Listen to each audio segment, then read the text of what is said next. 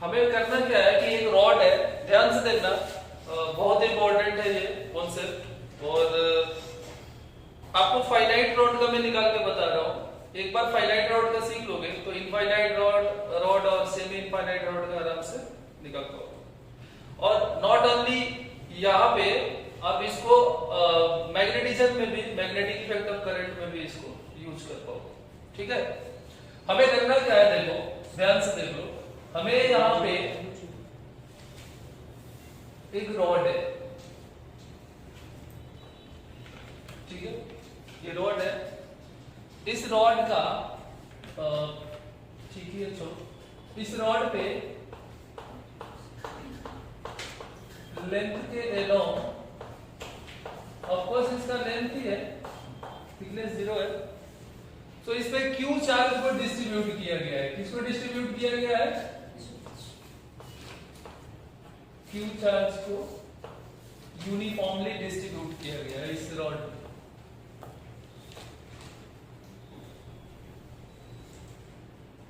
Length के लिए, ठीक है। और क्या दिया हुआ है कि जो रॉड है, रॉड का जो लेंथ है, वो लेंथ क्या है बताओ? रॉड की जो लेंथ है, क्या करना है,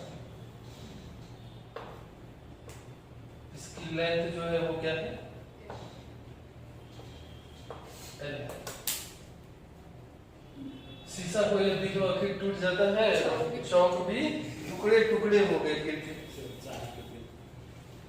कोई बात नहीं, झुकूंगा नहीं, झुकूंगा नहीं, ठीक है, दाढ़ी तो काट दी, झुक जाऊंगा। ध्यान से देखो। तो अब हमें क्या करना है ना कि कोई एक पॉइंट है P, ठीक है ना, कोई भी एक पॉइंट P है, तो मान लो कि वो पॉइंट कुछ इधर है, ठीक है ना। इस P पॉइंट पे अपने को क्या करना है, ये P पॉइंट जो है वो यहां से कुछ a दूरी पे है, स्मॉल a, इसको कुछ भी कर सकते हो, ठीक है ना, ये डिस्टेंस कुछ भी मान सकते हो। लेकिन ये P पॉइंट जो है वो रॉड से a दूरी पे, ठीक है ना। तो हमें क्या करना है कि हमें इस P पॉइंट पे ड्यू टू दिस रॉड हमें क्या निकालना है? इलेक्ट्रिक फील्ड फाइंड आउट करना है। आपको समझ में आया आपको करना क्या है? समझ में आया? दिया हुआ है। अब ये याद रखिए, मैंने ये सेंटर नहीं बोला है, ठीक है। जो जेईई मेंस 2020 में क्वेश्चन आया हुआ है उसमें मिड पॉइंट बोल के क्वेश्चन आया हुआ है। अभी आपको मैं ये बताऊंगा, उसके बाद से वो क्वेश्चन कराऊंगा, तो आपको मुश्किल से 30 सेकंड लगेगा उसको बनाने में, ठीक है। इस कॉन्सेप्ट को समझो। तो हम क्या करेंगे इसके लिए?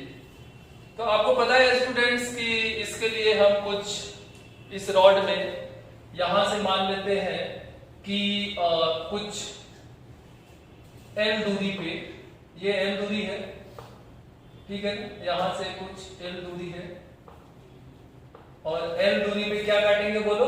लेंथ में, लेंथ में क्या काटते हैं जल्दी बताओ? DL। क्या काटा बोलो? ये DL हमने काटा, ठीक है, L दूरी पे हमने DL लेंथ काटा। ये आपको पता है ना, ये DL दिख रहा है कि अच्छे से, मतलब ये वाली मोटाई जो है वो DL है। थोड़ा सा इसको बढ़ा देता हूं,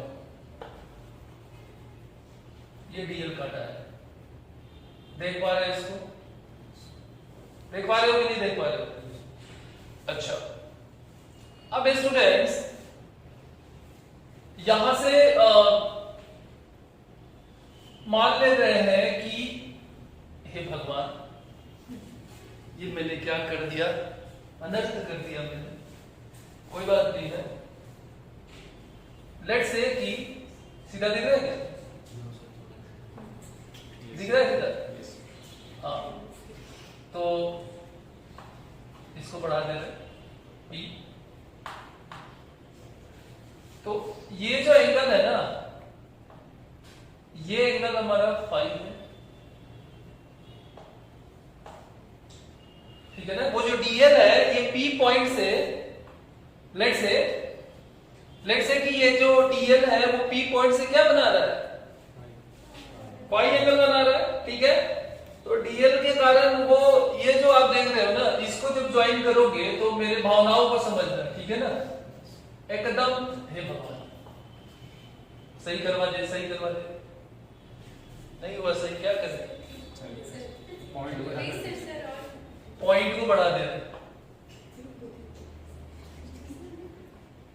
हो गया,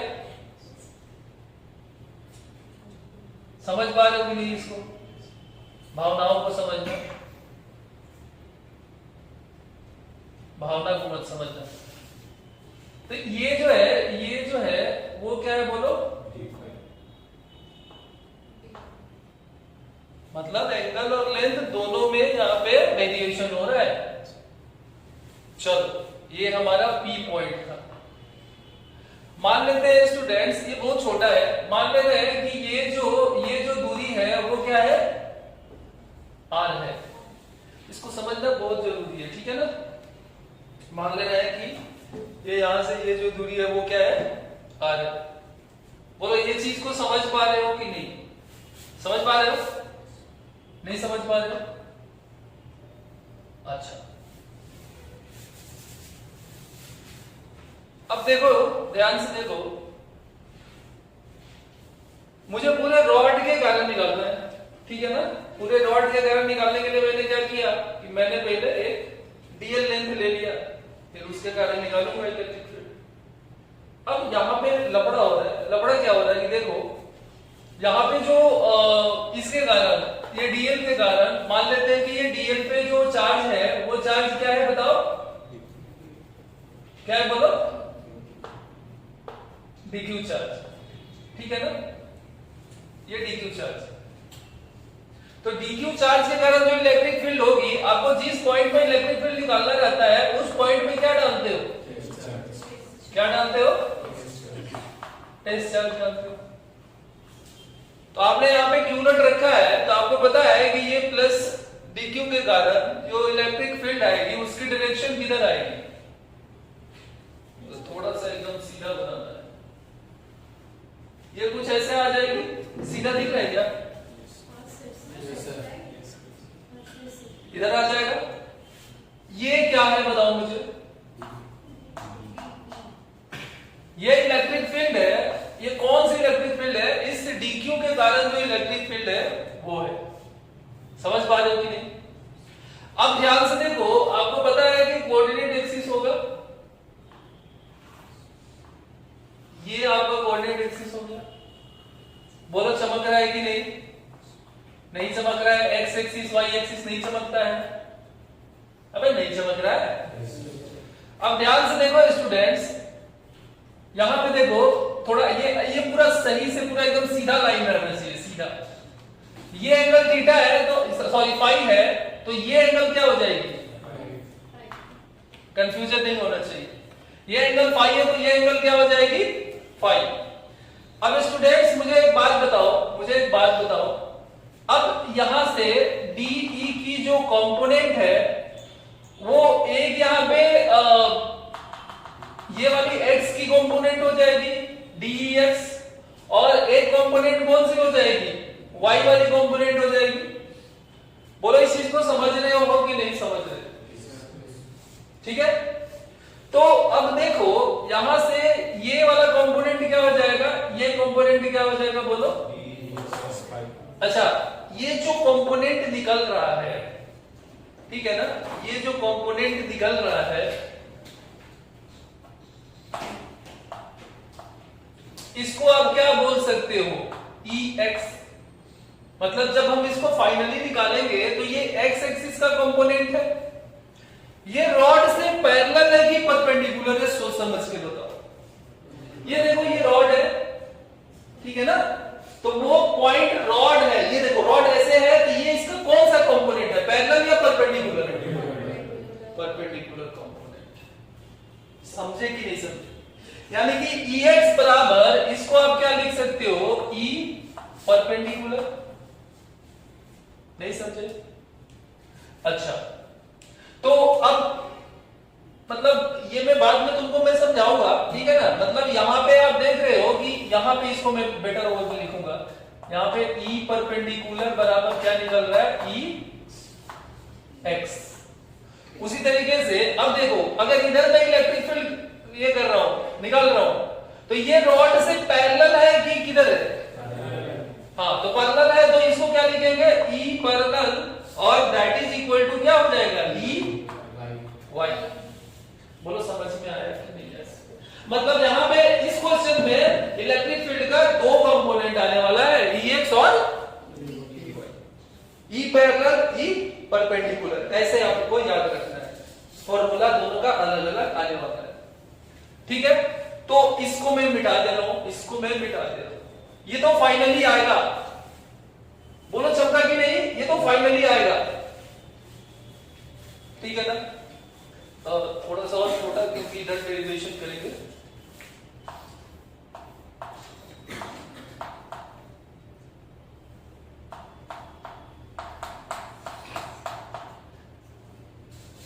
ठीक है, अब मुझे एक बात बताओ, ये तो D था, वेक्टर हटाओ, ये D था, तो D का ये कंपोनेंट क्या हो जाएगा, D cos फाई, और ये फाई है तो ये 90 माइनस फाई हो जाएगा, तो ये कंपोनेंट क्या हो जाएगा, D sin फाई। बोलो ये बात तुमको समझ में आया कि नहीं आया? मतलब कि जब भी मैं E परपेंडिकुलर निकालने जाऊंगा तो मैं क्या निकालूंगा, DE cos फाई, और इसको इंटीग्रेट करूंगा, ठीक है ना? इसको मैं क्या करूंगा, इंटीग्रेट करूंगा। ये क्वेश्चन इसलिए नहीं बनेगा, मतलब बनता है बच्चों को समझ में आता है क्योंकि बहुत सारे वेरिएबल्स यहाँ पे आ रहे हैं, समझ में आया ना? ये अगर सीखोगे तो जेईई एडवांस के क्वेश्चंस को अच्छे से तुम बना पाओगे, समझ पाओगे, ठीक है ना? कुछ दिया नहीं था, ये ए दिया था और एन दिया था, बाकी सब चीज खुद से एज्यूम करना है, यही सब तो सीखना है फिजिक्स के अंदर। अब स्टूडेंट्स ध्यान से देखो, मुझे एक बात बताओ कि यहां पे क्या तुम DE निकाल सकते हो? निकाल सकते हो कि नहीं? तो निकाल रहे हैं, देखो। So now DE equal to K dQ upon R square।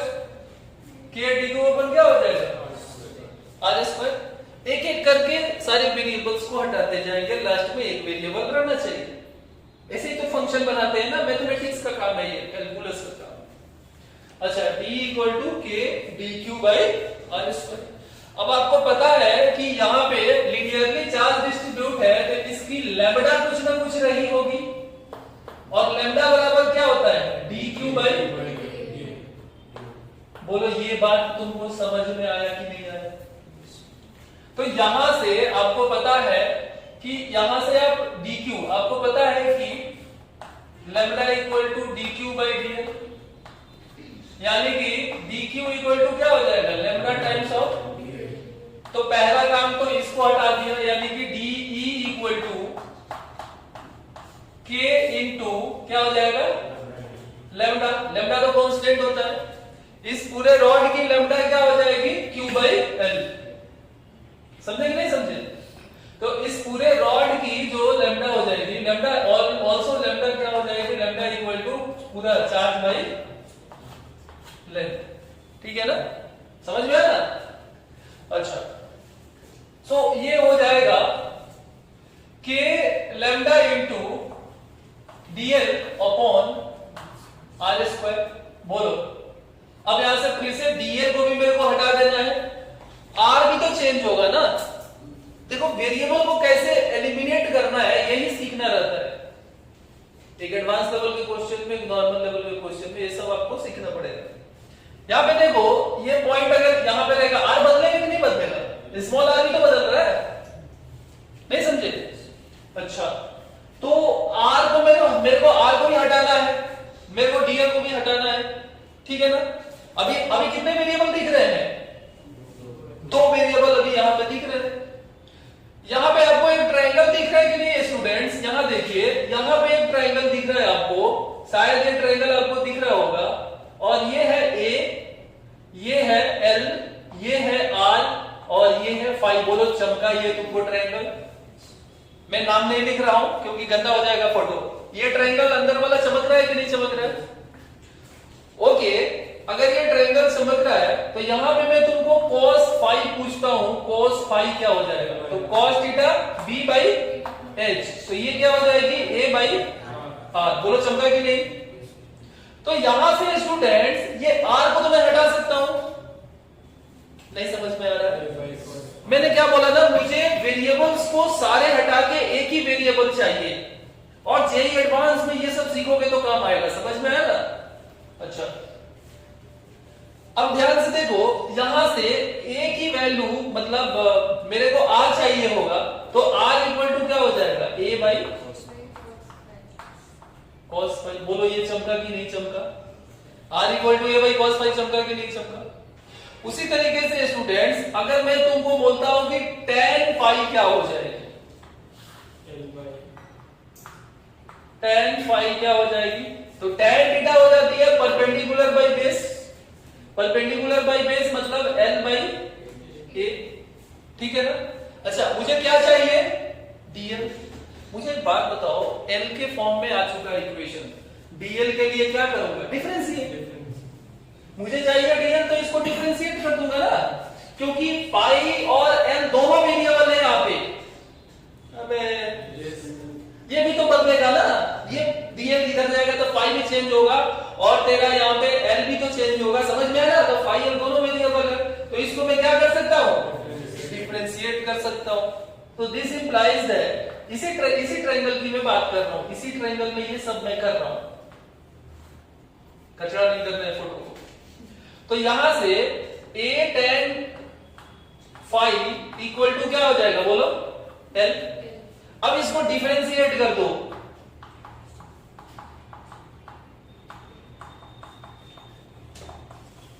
So differentiate कर दोगे तो d फाई बाई dl कर दो, यानी कि a into sec square phi, मतलब dl बाई d फाई कर दो, equal to dl by d phi. बोलो चमका कि नहीं ये चीज? अबे फाई के रिस्पेक्ट में डिफरेंशिएट कर रहा हूं, n भी वेरिएबल है यहाँ पे। अब यहां से स्टूडेंट्स dl की वैल्यू क्या हो जाएगी? dl की वैल्यू क्या हो जाएगी? a sec square phi into, बोलो ये बात चमका कि नहीं चमका? नहीं चमका। यानी कि dl की value in terms of a, तो देखो dl की वैल्यू a तो कांस्टेंट है, dl की value in terms of phi निकाल दिया, r की वैल्यू भी इन टर्म्स ऑफ फाई निकाल दिया। अच्छा, इसका मतलब ये भी फाई के टर्म में, ये भी फाई के टर्म में, इंटीग्रेशन का लिमिट जो होगा उसको किसके फॉर्म में ले आऊंगा? फाई के टर्म में, मतलब कुछ एंगल लेके आऊंगा, वो तो बाद में मानूंगा, हमारा आंसर आ जाएगा। मतलब सारे के सारे वेरिएबल्स को एक ही में कन्वर्ट किया, एक वेरिएबल में। इसीलिए ये क्वेश्चन जो है वो थोड़ा सा अच्छा लेवल का क्वेश्चन पूरा बन गया है। समझ रहे हो कि नहीं समझ रहे हो? अब मैं इसको वहां पे डाल रहा हूं, डालू इसको? Okay, so d equal to क्या हो जाएगा? d equal to k lambda, dl की जगह पे क्या लिखूंगा? a sec square phi into D phi and divided by, ये r की जगह पे क्या रखूंगा? बोलो a square divided by cos square. बोलो चमका कि नहीं चमका? ये cos square phi 1 by cos square theta sec square theta, sec square theta और सेक स्क्वायर थीटा कट गया, यहां से एक a और ये a कट गया। तो मुझे एक बात बताओ कि d की वैल्यू क्या निकल गई? d इक्वल टू क्या निकल गया? k lambda d phi by, बोलो चमका कि नहीं चमका? बोलो चमका कि नहीं चमका? Make it as equation 1। यहां तक चमका, d e निकाल लिया, d निकाल लिया। अब मुझे क्या चाहिए? यहां पे इलेक्ट्रिक फील्ड के दो कंपोनेंट आ रहे हैं, एक परपेंडिकुलर वाला E परपेंडिकुलर, और एक क्या आ रहा है? E parallel. किससे? रॉड से। किससे? रॉड से। तो अब मैं आसानी से निकाल सकता हूं इसको, निकाल सकता हूं कि नहीं निकाल सकता हूं ये बताओ मुझे। तो मैं अभी निकालने जा रहा हूं ई परपेंडिकुलर। मैं क्या निकालने जा रहा हूं? E perpendicular. तो केस 1 आपको for E perpendicular, E perpendicular निकालना है। तो आपको ई परपेंडिकुलर इक्वल टू क्या हो जाएगा? देखो आप तो डीएल के कारण निकाल रहे हो, तो टोटल आपको निकालना है ना, total DL DL DL DL. तो ये क्या हो जाएगी? इंटीग्रेशन हो जाएगी। और ये क्या हो जाएगी? डीई। और परपेंडिकुलर मतलब यहां पे क्या था? DE cos phi. तो ये क्या हो जाएगा? Cos phi. बोलो चमका कि नहीं चमका? अब यहां पे मेरे को यहां पे लिमिट चाहिए। मुझे क्या करना है? मुझे पूरे के पूरे रॉड को करना है इंटीग्रेट। अरे पूरे रॉड के कारण निकालना है ना। तो इसके लिए मैं क्या करूंगा? तो मुझे और भी कुछ एजम्पशंस करने होंगे। और वो एजम्पशन देखो यहां से ये याद रख लेना। यहां से मैंने इसको, मेरे को पूरा रॉड चाहिए, तो यहां से मैंने मान लिया है कि ये वाली जो एंगल है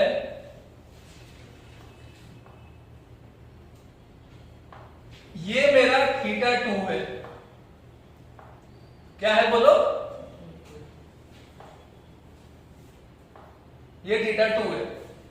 ठीक है। उसी तरीके से इस एंड को ज्वाइन करूंगा।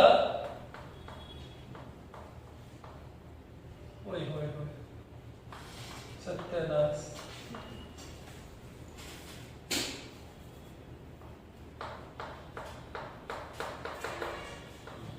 भावनाओं को समझ लो, भावना को मत समझो। उसी तरीके से देखो यहां से मैं यहां से दिखा रहा हूं बड़ा वाला। बोलो समझ पा रहे हो कि नहीं समझ पा रहे हो?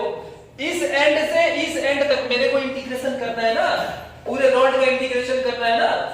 समझे कि नहीं समझे? तो मैंने क्या किया? यहां से ये देखो ये θ2 मान लिया और इसको क्या मान लिया? θ1। समझ पा रहे हो इसको? समझ पा रहे हो? अच्छा मुझे एक बात बताओ, θ2 किधर है? घड़ी ऐसे घूमता है क्लॉकवाइज। θ1 कैसे है? आपको पता है ना कि क्लॉकवाइज एंगल क्या होता है? नेगेटिव। एंटी क्लॉकवाइज क्या होता है? पॉजिटिव। अच्छा अब मेरे को करना है इंटीग्रेशन। तो ई परपेंडिकुलर जो होगा मैं यहीं पे लिख दूं, ई परपेंडिकुलर इक्वल टू, यहां पे लिखता हूं मैं, यहां पे ये छोटा सा इंटीग्रेशन का साइन करता हूं। हाँ यहां से ई परपेंडिकुलर इक्वल टू, ये डी का जगह पे लिख सकता हूं क्या? K lambda by A D phi. बोलो के लैम्डा बाई ए। और यहां पे मैं लिख सकता हूं कॉस फाई डी फाई। बोलो बोलो चमका कि नहीं चमका? अबे ये cos फाई था और d के जगह पे इसको पुट कर दिया, हो गया। अब मेरे को लिमिट चाहिए, तो कहां से कहां तक? θ2 से लेके θ1। इंटीग्रेशन की लिमिट क्या हो जाएगी? θ2 से लेके कहां तक?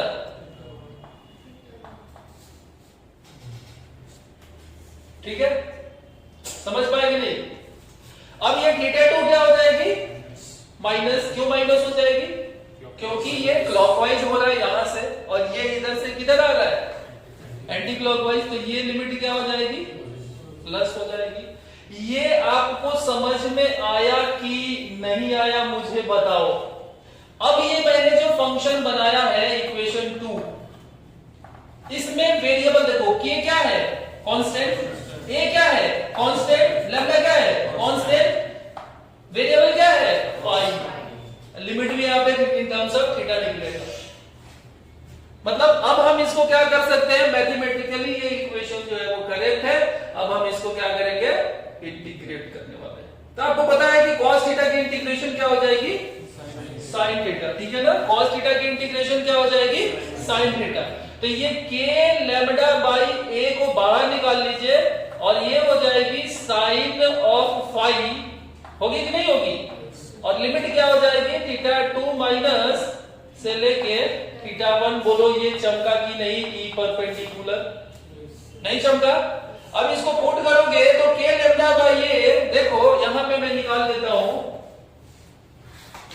यहां से E परपेंडिकुलर जो निकलेगी that is equal to k lambda by a into ये क्या हो जाएगी sine theta 1 minus minus plus, तो ये क्या हो जाएगी sine theta 1 plus sine theta 2, और यही हमारा स्टैंडर्ड फॉर्मूला होता है।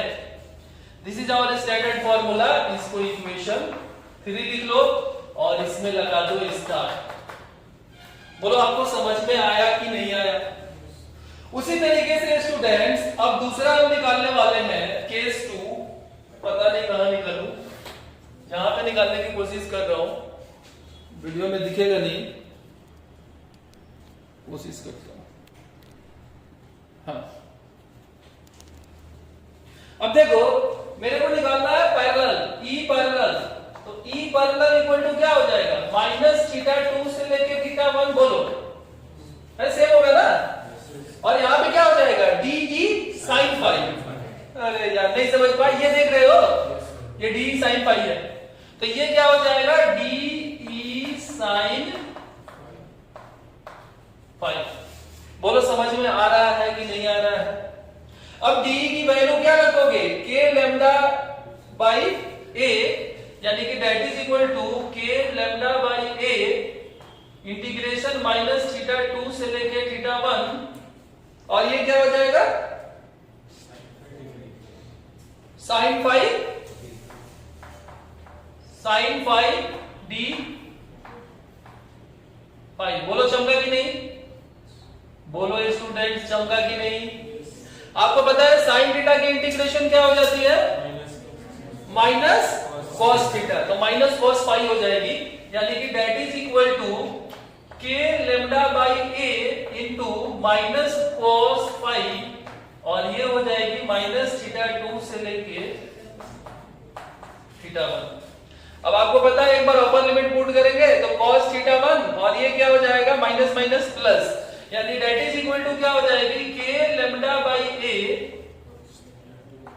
इंटू ये कॉस क्या निकलेगी बोलो कॉस फाई 2, सॉरी माफ करना, cos theta 2 minus cos theta 1। बोलो चमका भी नहीं? यही हमारा क्या निकला E पैरेलल। ये थोड़ा सा छोटा सा यहाँ पे जगह नहीं था तो मैं कर दिया, और ये है हमारा इक्वेशन नंबर 4। तो इसी के साथ हमने E पैरेलल और E परपेंडिकुलर जो है वो यहाँ पे निकाल चुके हैं। समझ में आया कि नहीं आया मुझे बताओ? ये बात समझ में आया कि बाउंस हो गया? आया समझ में? E पैरेलल और E परपेंडिकुलर समझ में आया कि नहीं आया? अब आपको कुछ भी पूछेगा तो आप ये कर सकते हो, निकाल सकते हो, कंपोनेंट आप दोनों निकाल चुके हो। तो आप यहां से काम करो, इसको पहले नोट कर लो, एंड देन इसके बाद इसमें मैं स्पेशल केसेस बताऊंगा कि जब ये रॉड जो है ये तो फाइनाइट लेंथ रॉड था, जब ये इनफाइनाइट हो जाएगा लेंथ तब क्या होगा, ठीक है, वो हम आपको बताएंगे। सो भाई लोग ये देख लो, ये cos theta 2 minus cos theta 1 होगा। मैं 5 लिख दिया था, उसके लिए मैं गाली नहीं सुनना चाहूंगा। मेरी बात सुनो, तो आई थिंक आपको ये बात समझ में आया कि नहीं? फाइनाइट रॉड का ये P पॉइंट पे इलेक्ट्रिक फील्ड दिखला कि नहीं? दो कंपोनेंट जो था पैरेलल परपेंडिकुलर, ठीक है। अब यहाँ पे कुछ केसेस जनरेट होगा, सब केस मान लो मैं बोलता हूं, ठीक है ना?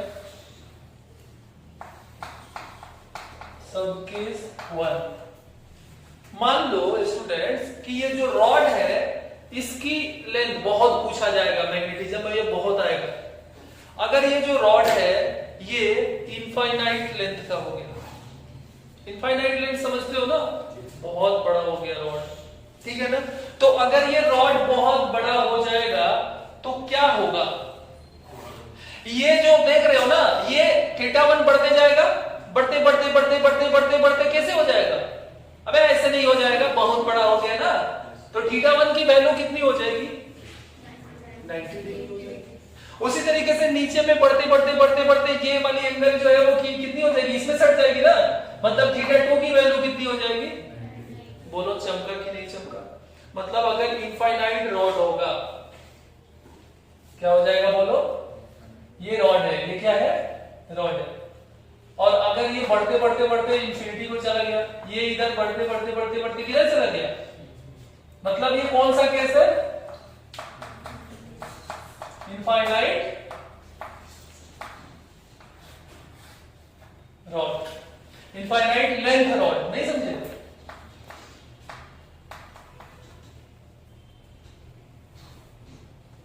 Infinite length rod. तो यहां पे फॉर लिख देना।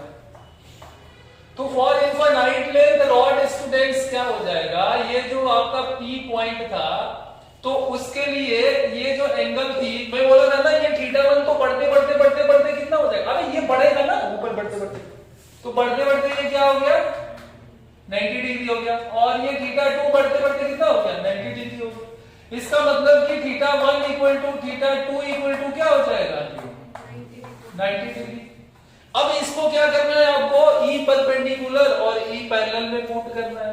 तो अब मुझे एक बात बताओ, E परपेंडिकुलर क्या निकल जाएगी, तो देखो sin 90 डिग्री की वैल्यू कितनी हो जाती है 1, और ये भी 1, तो ये 2 हो जाएगा, यानी 2k लैम्डा बाई a, क्या हो जाएगा 2k लैम्डा बाई a। बोलो चमका कि नहीं चमका? नहीं चमका। उसी तरीके से E पैरेलल जो होगी, पैरेलल वो क्या हो जाएगी, E पैरेलल क्या हो जाएगी, अबे cos 90 डिग्री की वैल्यू क्या हो जाएगी 0 हो जाएगी, तो E पैरेलल क्या हो जाएगी बोलो? बोलो चमका कि नहीं चमका? नहीं चमका, अरे यार नहीं चमक रहा है। तो अगर ये इनफाइनाइट लेंथ का रॉड हो जाएगा तो E पैरेलल और E परपेंडिकुलर यही हो जाएगा। क्वेश्चन में बोलता है, और मैं बोला ना बहुत ज्यादा इसके क्वेश्चंस मैग्नेटिज्म में मिलने वाले, बहुत सारे क्वेश्चंस मिलेंगे। इनफाइनाइट रॉड, फाइनाइट रॉड रहेगा तो क्या फॉर्मूला यूज करेंगे, बोलो जल्दी। ये अगर क्वेश्चन में बोल देगा इनफाइनाइट रॉड रहेगा तो ये वाला फॉर्मूला ये हो गया, मॉडिफाइड हो गया। कैसे मॉडिफाइड हुआ, θ1 θ2 कैसे चेंज हुआ, आपको समझ में आया कि नहीं आया? तो इसको लिख लीजिए।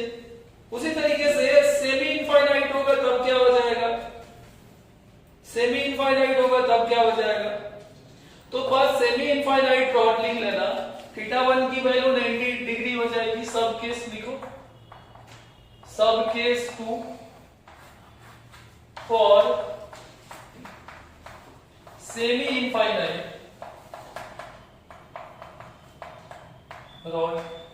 सो सेमी इनफाइनाइट रॉड के लिए, सेमी इनफाइनाइट रॉड के लिए θ1 की वैल्यू कितनी हो जाएगी 90 डिग्री, θ2 की वैल्यू कितनी हो जाएगी 0 डिग्री। मेरी बात सुन लो, सेमी इनफाइनाइट का मतलब समझते हो, इस यहां से काट दो।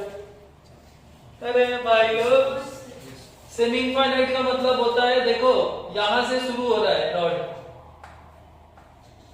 ये बढ़ते बढ़ते कहां गया इंफिनिटी तक गया, ये रॉड था, ठीक है ना। तो मतलब ये वाला एंड इंफिनिटी है, ये वाला फाइनाइट है। तो मुझे एक बात बताओ, ये वाला एंड बढ़ते गया, ये θ1 बढ़ते बढ़ते बढ़ते कितना हो गया 90 डिग्री, और नीचे वाला तो यहीं से शुरू हो रहा है, तो ये एंगल यहीं से शुरू हो रहा है, तो कितना एंगल हो गया 0 डिग्री, तो θ2 की वैल्यू 0 डिग्री होगी।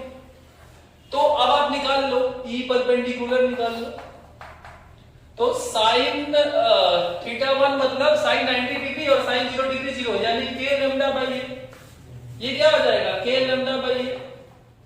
उसी तरीके से E पैरेलल जो होगी वो क्या निकलेगी k लैम्डा बाई a। तो ये सेमी इनफाइनाइट रॉड के लिए आ गया, नहीं समझ पाए? अब आपको पता है, देखो जब सेमी इनफाइनाइट रॉड होगी ना, तो उस केस में पैरेलल और परपेंडिकुलर दोनों कंपोनेंट कुछ निकल रहा है कि नहीं निकल रहा है, तो नेट कैसे निकलेगा, दोनों का वेक्टर सम, वेक्टर क्वांटिटी है ना। तो अगर इस केस में आपको E नेट निकालना है, देखो यहाँ पे तो ये तो 0 हो गया था ना, तो वही आंसर निकला था, E net equal to E perpendicular, और यहाँ पे E नेट क्या हो जाएगा बताओ मुझे, E net equal to under root of क्या हो जाएगा E परपेंडिकुलर का स्क्वायर प्लस E पैरेलल का स्क्वायर। नहीं समझ में आ रहा है, नहीं समझ में आ रहा है? वेक्टर है ना, वेक्टर के कंपोनेंट निकल रहे तो उनको ब्रेक कर दिया, मतलब रिजल्टेंट दो वेक्टर कैसे ही तो निकालते हैं ना। अब नहीं समझ पाए, तो ये हमारा केस बना। तो ये आप इसको रट लो। देखो अभी अभी मैं क्वेश्चन करवाने वाला हूं, जेईई मेंस 2021 अभी अभी क्वेश्चन आया था। जो क्वेश्चन आया था वो ये परपेंडिकुलर कंपोनेंट निकालने के लिए बोल रहा था, ये ही परपेंडिकुलर निकालने। अब अगर आपने ये क्लास देखा हुआ है, अगर आपने क्लास ये देखा हुआ है और वो क्वेश्चन आपको दिखेगा, तो उसको बनाने में अगर आपने ये पूरा पोस्टमार्टम कर लिया तो उसको बनाने में सिर्फ 15 से 20 सेकंड लगेगा। ठीक है, और मैं फिर से बता रहा हूं, इलेक्ट्रिक फील्ड में क्वेश्चन तो आपको इधर से कम ही मिल रहा है। जब आप मैग्नेटिक इफेक्ट ऑफ करंट पढ़ोगे ना, बहुत सारे क्वेश्चन मिलते हैं, infinite rod, semi infinite rod और ये वाला फाइनाइट रॉड। ये तो नॉर्मल डेरिवेशन है, इसका स्पेशल केस वो बना था। समझ में आया ना? ये आपको समझ में आया कि नहीं? बहुत ज्यादा इंपॉर्टेंट ये जो है ये कॉन्सेप्ट है। अभी तक मैंने जो भी क्लास बताया वो क्लास बताने का मकसद यही था कि आपको ऐसे ऐसे क्वेश्चन नीट में, जेईई मेंस में आएंगे तो तुम उसको क्या कर दोगे, गर्दा मचा कर रख दोगे, तुरंत सॉल्व कर दोगे। अब यहाँ पे देखो, आपको पता है कि जब भी रॉड दिया हुआ है और आपको यहाँ पे ई परपेंडिकुलर बोल रहा है, तो ई परपेंडिकुलर फाइनाइट रॉड है। ई परपेंडिकुलर क्या होता है बताओ मुझे? के लैम्डा बाई ए दूरी है ना। अच्छा, इंटू क्या होता है? Sine plus sine theta 2। मैंने जो बताया था वही वाला एंगल लेना है। ये होता है थीटा 1 और देखो ये वाला क्या होता है बोलो तो? ये वाला एंगल क्या होता है? सॉरी, ये थीटा 2 है और ये क्या है? थीटा 1। ठीक है ना? मुझे एक बात बताओ, ये 90 डिग्री है, ये 90 डिग्री है। अकॉर्डिंग टू क्वेश्चन यहाँ ये सेंटर में दिया हुआ है, ये सेंटर में दिया हुआ है। अच्छा, मतलब कि ये वाली लेंथ है √3/2l, तो ये वाली l है, तो ये वाली क्या हो जाएगी? l/2, और ये वाली भी क्या हो जाएगी? l/2, ये भी तो l/2 हो जाएगी। अब मुझे एक बात बताओ, ये √3/2l हो जाएगी, ये l/2 हो जाएगी, तो ये वाली कितनी हो जाएगी? l। ये वाली लेंथ कितनी हो जाएगी? l। तो सबसे पहले इस फॉर्मूला में मुझे sin θ1 sin θ2 निकालूंगा। तो यहाँ पे देखो θ1 = θ2 हो जाएगा, क्योंकि मिड पॉइंट में हो रहा है। समझ रहे हो नहीं समझ रहे? तो यहाँ से θ1 बराबर θ2 हो जाएगा। अब वो क्या हो जाएगा? तो sin θ बराबर p/h होता है, p/h होता है, इसका मतलब क्या हो जाएगा? l/2 और डिवाइडेड बाई क्या हो जाएगा? l, यानी कि 1/2। बोलो चमका कि नहीं चमका? अब आपको ये तो पता है ना कि k की वैल्यू क्या होती है? 1/4πε0। ठीक है ना? इसकी वैल्यू हम पुट नहीं करेंगे, ये तुम खुद ही कर लेना। और लैम्डा की वैल्यू क्या होती है बताओ? Q/L। तो अब आप यहाँ पे √3/2l हो जाएगी, तो यहाँ पे हमको ये वैल्यू यहाँ पे रख देता हूँ। ठीक है, इंटू क्या हो जाएगा? √3/2 टाइम्स ऑफ l। तो इसमें डिवाइड कर देंगे ना, हेलो, तो इसमें क्या कर देंगे? √3l इंटू 2 ऊपर से जाएगा, यही होगा ना? नहीं समझ में आया? अरे ये डिवाइड हो रहा है ना ये, तो ये 2 से 2 चला जाएगा, तो ये कुछ आ जाएगा Q/2πε0 l² इंटू √3। बोलो सही